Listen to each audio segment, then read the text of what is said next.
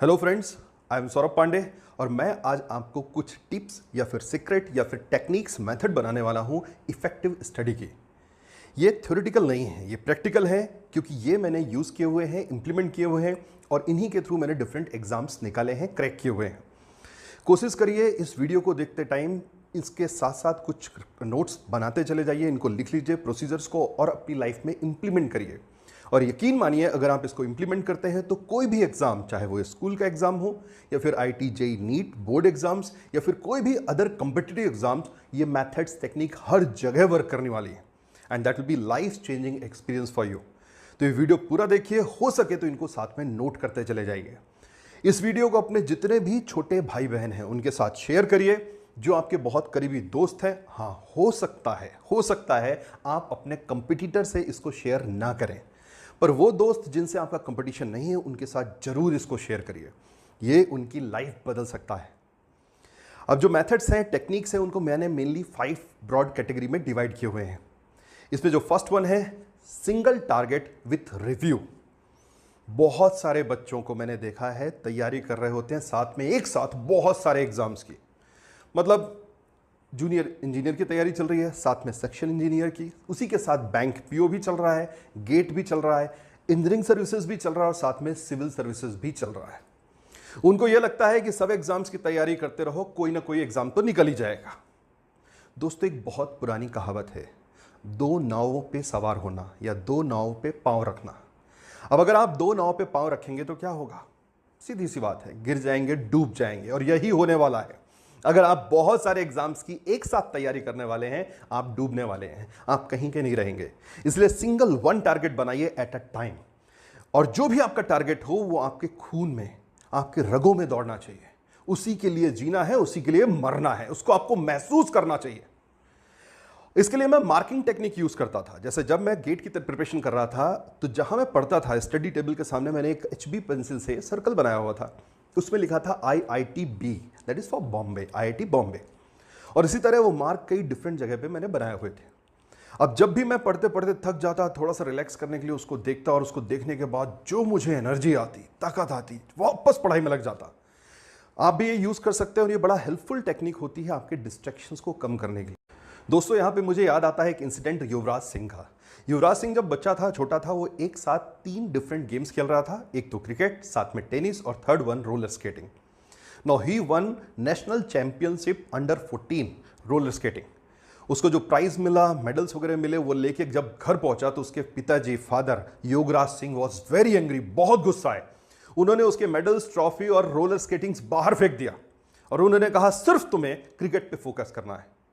क्योंकि उनको पता था कि अगर ये 3 गेम्स खेलेगा, एक साथ खेलेगा, तो जो भी टाइम वो 3 में डिवाइड हो रहा है वो कहीं नहीं जाने वाला। बहुत ज्यादा तो स्टेट लेवल या फिर नेशनल, कभी भी इंटरनेशनल लेवल का प्लेयर नहीं बन सकता। और इसीलिए दोस्तों, जिस फील्ड में भी हैं आप, give 100% for that particular only. That's why single one target at a time. हाँ, जब वो अचीव हो जाए then you can think for the other target. अब ये जो मेन टारगेट है इसको मैं कहता हूं मेजर टारगेट, और इसके साथ बहुत सारे आपको माइनर टारगेट्स बनाने होंगे जिससे आप ये देख पाएं कि आपका जो मेजर टारगेट है वो सही रास्ते पे चल रहे हैं आप कि नहीं। वो रिव्यू करते चले जाएं थ्रू द माइनर टारगेट। जैसे सपोज फॉर एग्जांपल एक स्टूडेंट जो है वो 10th का है, 10th से वो 11th में जा रहा है फिजिक्स, केमिस्ट्री, मैथ्स के साथ, और उसका 2 साल के बाद जो टारगेट है वो IIT जेईई का है। ये इसका मेजर टारगेट हो गया, पर इसको अचीव करने के लिए उसको बहुत सारे माइनर टारगेट्स बनाने होंगे। अब जैसे 11th में है, 11th में फिजिक्स, केमिस्ट्री, मैथ्स, ये सब कवर करना है। अच्छा, फिजिक्स में भी 12 चैप्टर्स हैं। अब इनमें एक चैप्टर ग्रेविटेशन है। नाउ सपोज उसने अलॉट किया कि ग्रेविटेशन चैप्टर 4-5 डेज में उसे कंप्लीट करना है। Let's for example 4 days. अब 4 डेज में उसको समझ में आ जाएगा कि वो अपने मेन टारगेट को अचीव कर पाएगा कि नहीं थ्रू दिस माइनर टारगेट। अब इस 4 डेज में उसको चैप्टर पढ़ना है, कंसेप्ट समझना है, उससे रिलेटेड क्वेश्चंस लगाने हैं, numerical as well as theoretical. अगर लगे तो उसके शॉर्ट नोट्स भी बनाने हैं और पुराने IIT के पेपर्स भी सॉल्व कर रहे हैं। और इस तरह आप भी प्लान करिए। एक मेजर टारगेट होगा जो लंबे टाइम के लिए होगा, लॉन्ग टर्म के लिए, और उसको कवर करने के लिए बहुत सारे छोटे छोटे माइनर टारगेट्स होंगे जिनको आप लगातार रिव्यू करें। वो आपको ड्राइविंग फोर्स देंगे so that you can achieve that bigger target. Second is duration of study. अधिकतर बच्चों की सबसे पहली डाउट यह है कि सर हमें डेली कितने आवर्स स्टडीज को देना है। बहुत सिंपल सा जवाब है, जो आपके माइनर टारगेट हैं वो अचीव करने के बराबर टाइम आपको डिवोट करना है। जैसे ग्रेविटेशन चैप्टर है, सपोज 4 डेज में कंप्लीट करना है और जो स्टूडेंट है उसको टोटल लगता है 20 आवर्स लगेंगे। तो 20 divide by 4, 5 hours per day आपको पढ़ना है। कोशिश ये हो कि यूनिफॉर्म हो, ऐसा ना हो कि एक दिन आप 10 आवर्स पढ़ रहे हैं और बाकी दिन 2 या 3-4 घंटे पढ़ रहे हैं। एक प्रॉपर पैटर्न बनाइए, डेली एक fix equal amount of study ज़्यादा इफेक्टिव होती है। सेकेंडली, बच्चों के जो डाउट्स हैं, क्वेश्चंस ये होते हैं कि सर मॉर्निंग पढ़ना अच्छा है, इवनिंग पढ़ना अच्छा है या फिर नाइट में पढ़ना अच्छा है। साइंटिफिक स्टडी ये बताती है कि मॉर्निंग स्टडी इज बेटर, सुबह पढ़ना ज़्यादा अच्छा है। पर मेरा जो एक्सपीरियंस है, जो मैंने देखा है, ऐसा कोई खास फर्क नहीं है।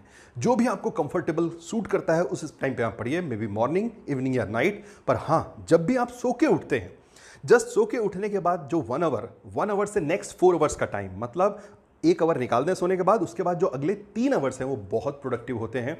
उस टाइम पे अपना माइंड जो है बेस्ट कैचिंग फ्रीक्वेंसी पे काम कर रहा होता है। मतलब जो भी अपन पढ़ेंगे वो काफ़ी अच्छे से एब्जॉर्ब हो पाएगा, उसको बहुत प्रॉपरली यूटिलाइज करिए। मॉर्निंग में अगर आप स्टडी करते हैं तो उसके कुछ फायदे हैं। फर्स्ट ऑफ ऑल, आपका स्लीप पैटर्न प्रॉपर रहने वाला है। सेकेंडली जो है, आपको अगर ग्रुप डिस्कशन या ग्रुप स्टडी करना है उसके लिए फायदेमंद है। थर्ड वन, जो डे लाइट में है वो आपके आइज के लिए ज़्यादा इफेक्टिव है compare to artificial light you should be using at night. फिर नाइट स्टडी के भी कुछ फायदे हैं। अगर आप नाइट स्टडी करेंगे तो फर्स्ट ऑफ ऑल जो आपको शांति और सुकून मिलने वाला है। सेकेंडली, आपको इंटरप्शन डिस्ट्रप्शंस कम मिलेंगे, रात को कोई परेशान करने वाला नहीं। थर्डली, ये देखा गया है कि रात को अपना जो क्रिएटिव माइंड है वो ज़्यादा एक्टिव होता है। मतलब अगर आपको कुछ नई चीज़ करनी है, उसके लिए बहुत अच्छा है।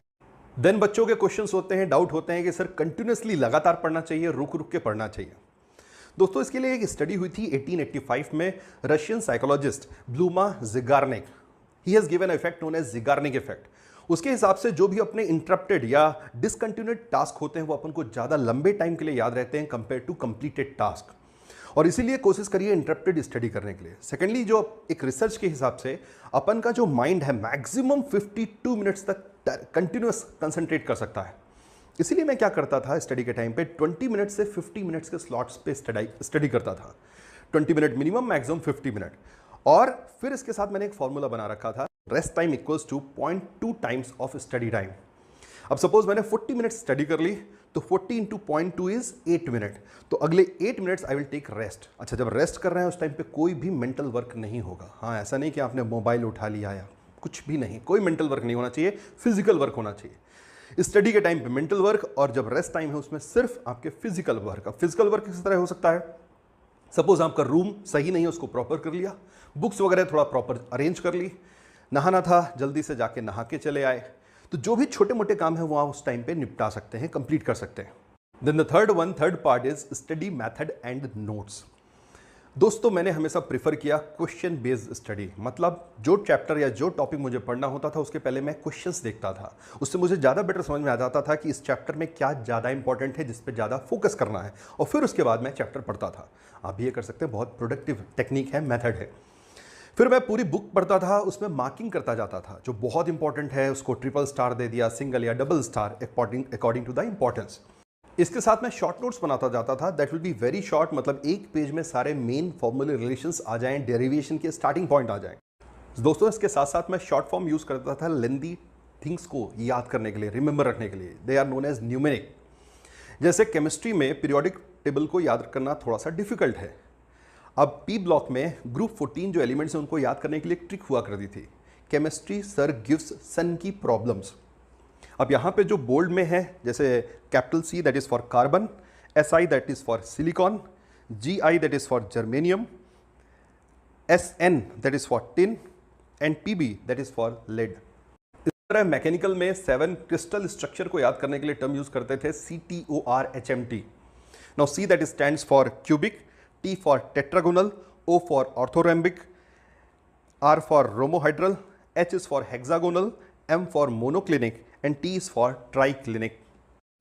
The fourth one is revision.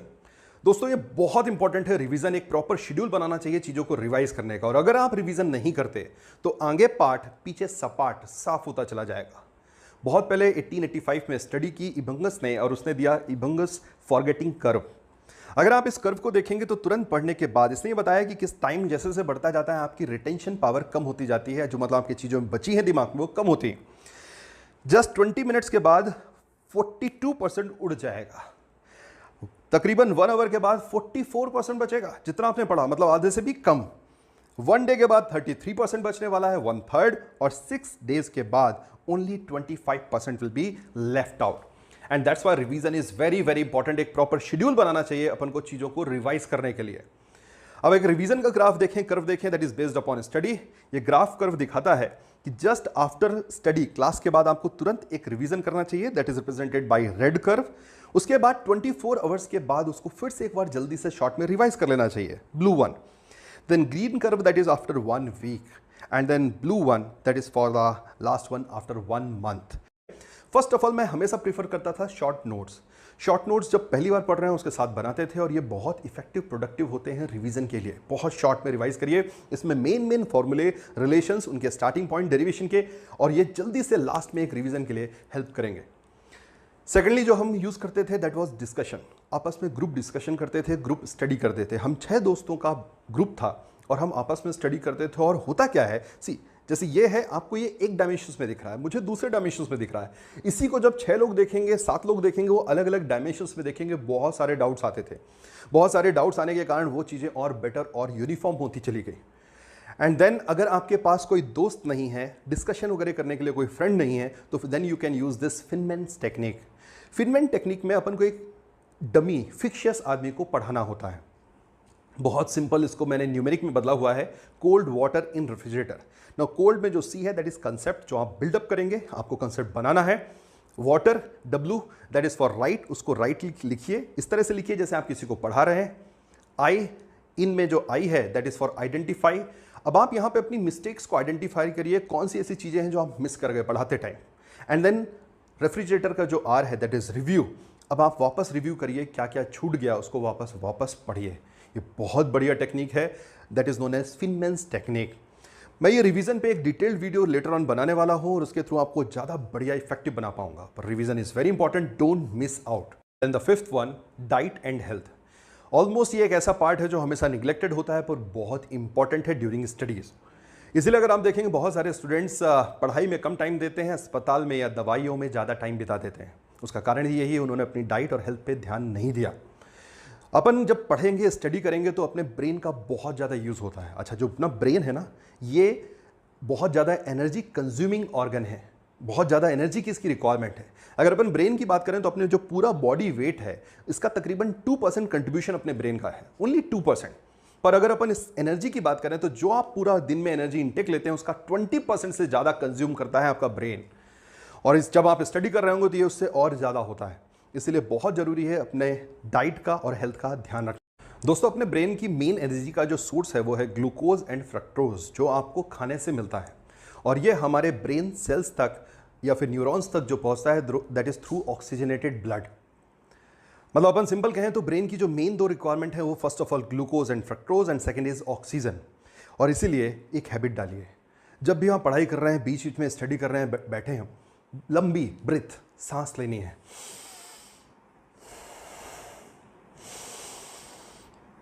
इस तरह लंबी सांसें लें।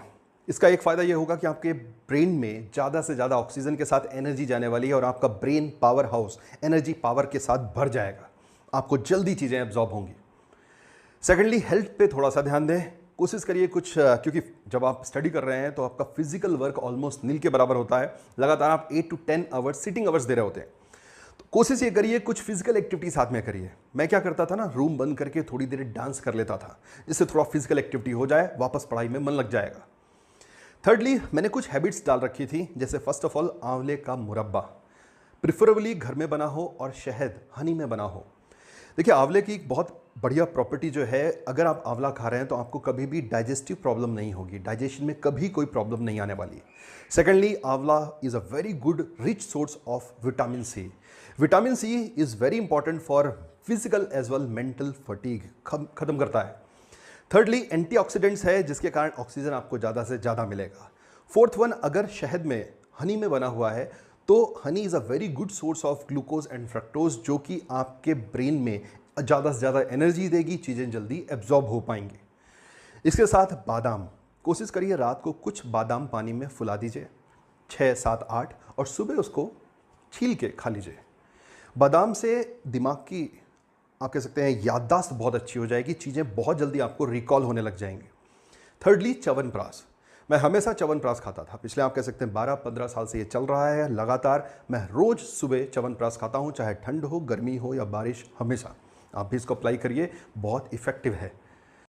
दोस्तों, जो मैंने टेक्निक्स मेथड्स बताई हैं ये मैंने खुद अप्लाई की है और इसका रिजल्ट्स मुझे पता है, इसलिए आप जरूर इसको अप्लाई करिए लाइफ में और आप देखेंगे रिजल्ट्स तुरंत आना स्टार्ट होंगे। इस वीडियो को ज़्यादा से ज़्यादा शेयर करिए अपने दोस्तों के साथ साथ अपने छोटे भाई बहनों को बिल्कुल मत भूलिएगा। उनको आपकी जिम्मेदारी है, अब इसे गाइड करिए, उनको प्रॉपर चैनल पे लेके जाइए। दोस्तों, कोई पर्टिकुलर टॉपिक्स है जिस पे आप वीडियो चाहते हैं तो please write in the comment box. I will try to cover that portion. उस टॉपिक को मैं कवर करने की कोशिश करूंगा। Don't forget to subscribe this channel और सब्सक्रिप्शन के साथ साथ बेल आइकॉन दबा दीजिए जिससे आपको फ्यूचर में वीडियो के नोटिफिकेशंस आते रहें। लाइक जरूर करिए, शेयर करिए। Keep watching, keep rocking. जय हिंद।